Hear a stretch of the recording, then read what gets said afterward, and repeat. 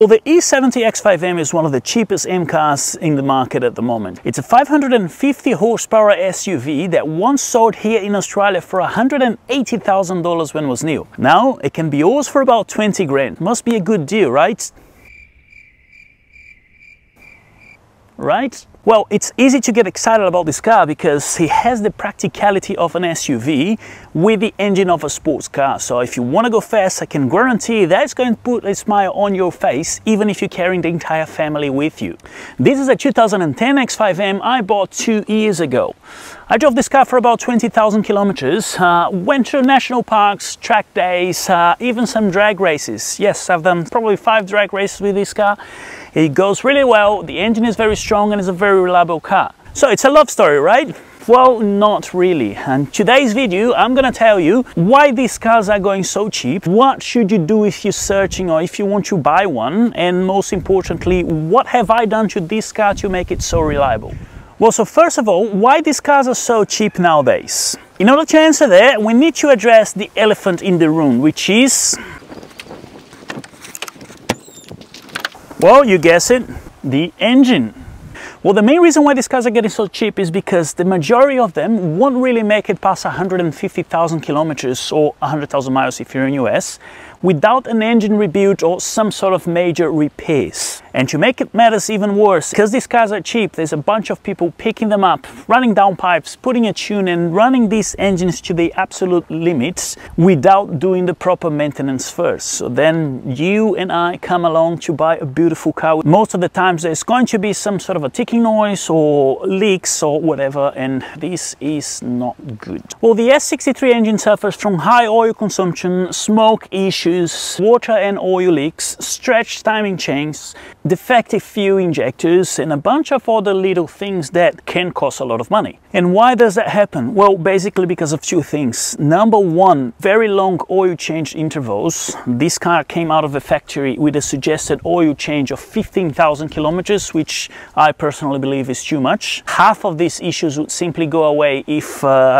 the oil was changed a little bit more frequently. Second thing is because of the engine design.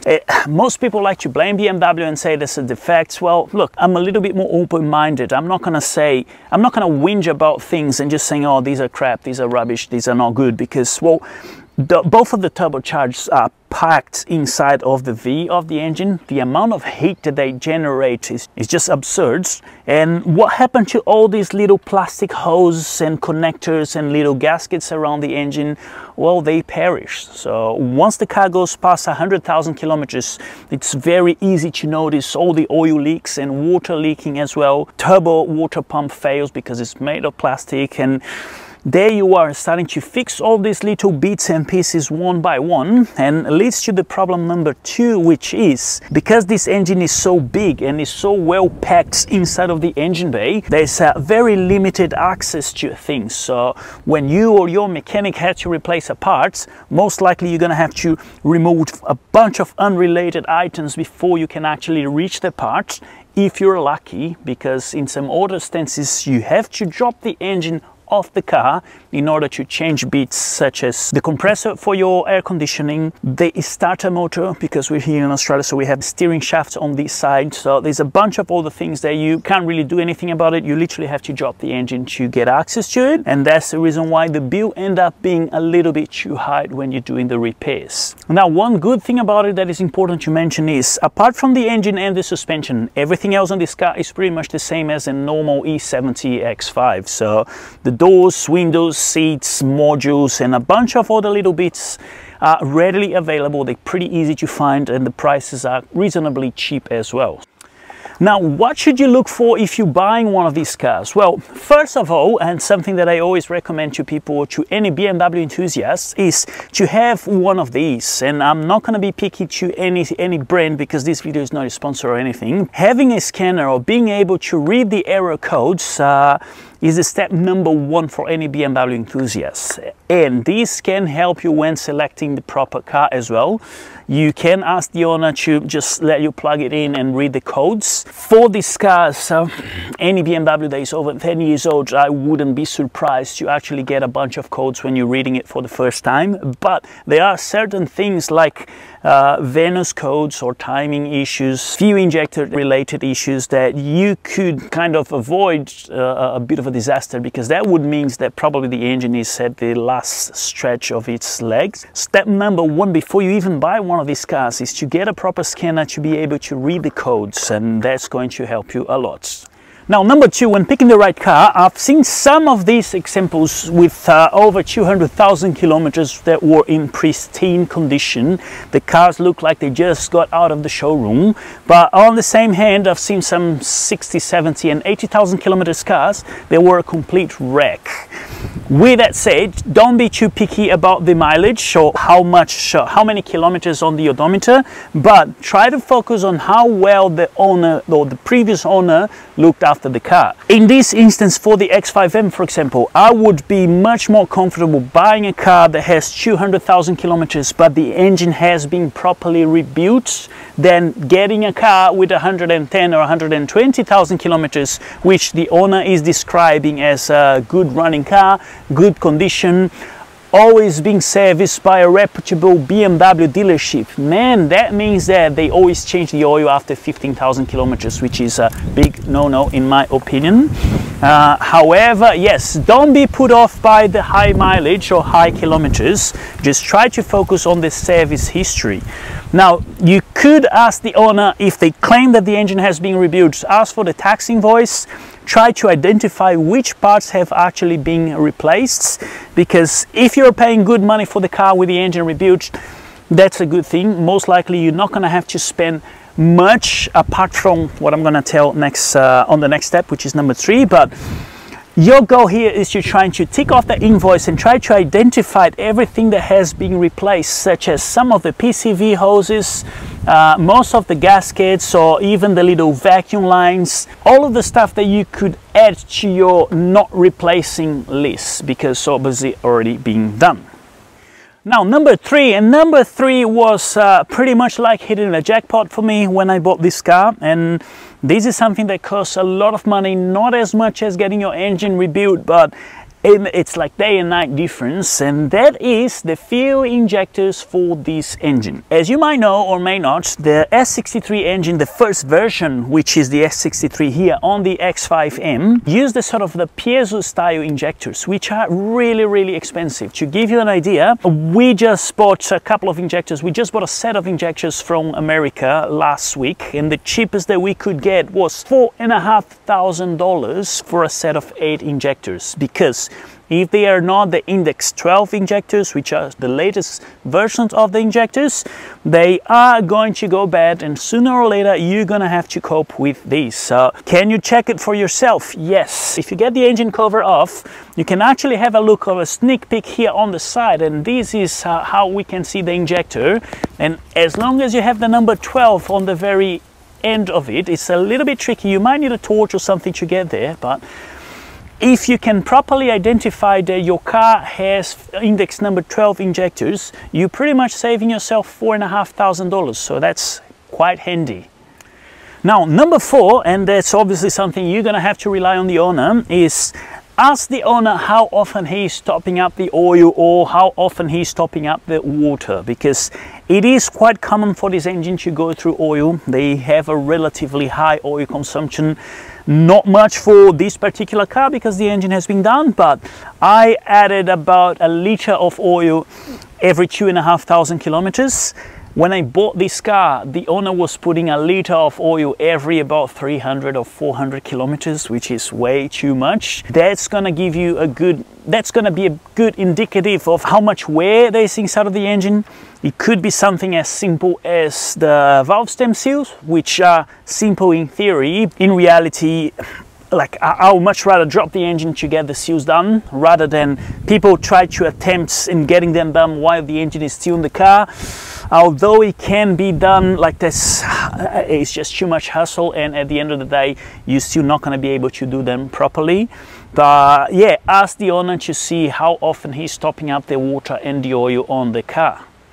Now, while we are talking about oil and water leaks, there is a hose in this engine that is very common to go bad. It's the dreaded Y pipe. And what's the reason it's called Y pipe? Because It's a couple of hoses that connect both sides on the engine heads to the water pump, and there's a plastic bead that forms a wide pipe in there, and that sits right under the turbo. And when this plastic bead perishes, as you may guess, the water or the coolant on your engine starts to leak, and it's a bit of a nightmare because it leaks onto the valley of the engine, so you cannot see much, like there isn't much of a visible indicative of the water leaking through there.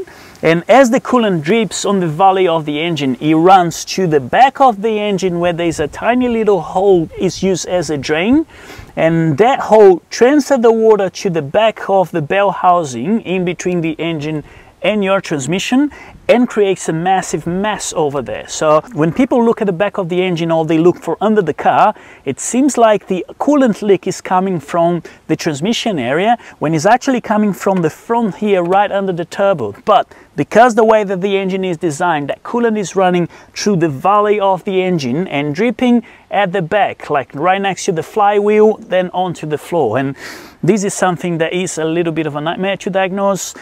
Not really that bad, but you must take the car to a proper mechanic who can identify that issue. Now, number 5, and this is where your little scanner is going to come handy again. You can check when was the last time the battery has been replaced, or when was the last time the battery has been programmed, because as you might know, these cars require that you recode or reprogram the battery every time you put a new battery in it. And yeah, although people can cheat and they can dodge an entry on the locks of the car, you could just ask the owner, maybe he has a receipt. And the battery on these cars are really important, and I would never suggest that you run one of these cars with a battery that is not 100%. Now, why am I saying this? Is because the E70 X5M and pretty much most of the cars of this era, they are very sensible to voltage fluctuation. If you have a battery that is any less than, say, 80%, when you're running the car, you're having voltage peaks and drops, and when you're about to start the car, for example, as you push the start button, your energy kinds of surge out of the battery into the starter, and it can deprive some of the modules of enough voltage that they need, making the modules to go bad. And that's one of the main reasons why you see on the E70, even the normal X5s, on the E60s, E90 platform, most of the modules go bad over time because people keep trying to run bad batteries, jump starting the cars all the time, and this is a big no-no. The S63 engine, same thing with the N63 engines. They have electric water pumps that sit in front of the engine here, and they run even after you turn the car off. Very common, you shut the engine off, you lock the car, you come walk past the front of the car, and you could hear this little buzz, like a high pitch going like zzz. Yes, that's your turbo coolant pump. It stays on for up to 10 minutes after you turn the car off, and the reason why it stays on is because it's still cooling down the turbos, so it doesn't create any damage. Just imagine again, the amount of temperature that is in here is absurd. You must have a good battery to cope with all that necessity of energy. That's why if the previous owner haven't replaced the battery, make sure you get a good one to put in and budget for that, because batteries are not that cheap. Okay, so what about your car, Daniel? Is that reliable? Well, yes. As I mentioned before, I bought this car around 2.5 years ago. It was a project car. I kind of bought this car to prove a point, which is maintenance-wise, if you fix everything that could go wrong preventively, well, there's not going to be much things to go wrong, and you're going to enjoy a good car for years to come. With that said, I bought the car, I dropped the engine on the very next day. The car was still driving, but it was blowing a lot of smoke. I thought the issue was just the valve stem seals, but there were some scratches to the cylinder walls as well. The engine was already out, so my plan was to do a full rebuild anyway, and that's what happened. I even have a video on the channel, I'm gonna put the link up here, for this engine being rebuilt in the garage of my apartment unit where I live. Once I put the engine back in the car, I serviced everything I possibly could. So I've done a full transmission service, differentials, flush, oh look, the coolant obviously had been replaced. I flushed the power steering fluids. The suspension used the same fluid as the power steering on this car because the X5M has active suspension. The spark plugs were new, the coils were new. I actually hit the jackpot because I already had fuel injectors index number 12 in this car. So 20,000 kilometers later, the car is still very, very reliable. I never had any issues with them during my ownership. Obviously, after I rebuilt the entire engine, this is what I have to share about my car. Now, coming to a conclusion, my goal with this video is not to scare anyone off, but it's actually to make people aware that yes, these cars are awesome, they have plenty of potential, but if things go sour, they can end up costing a lot of money. If you are planning to buy one of these, well, you can either buy one which the engine has already been rebuilt, and that's going to kind of assure you some trouble-free time, or you can buy one and you can budget. So as long as you buy one that is cheap enough to justify you spending another $10,000–$15,000 on an engine rebuild, again, the cars are excellent. I know people that has these cars, including myself. I wouldn't sell this. I wouldn't sell this, because even if I sell this car today for, say, $25,000, there's nothing on the market right now that I can buy for $25,000 that would come even close to what this car delivers.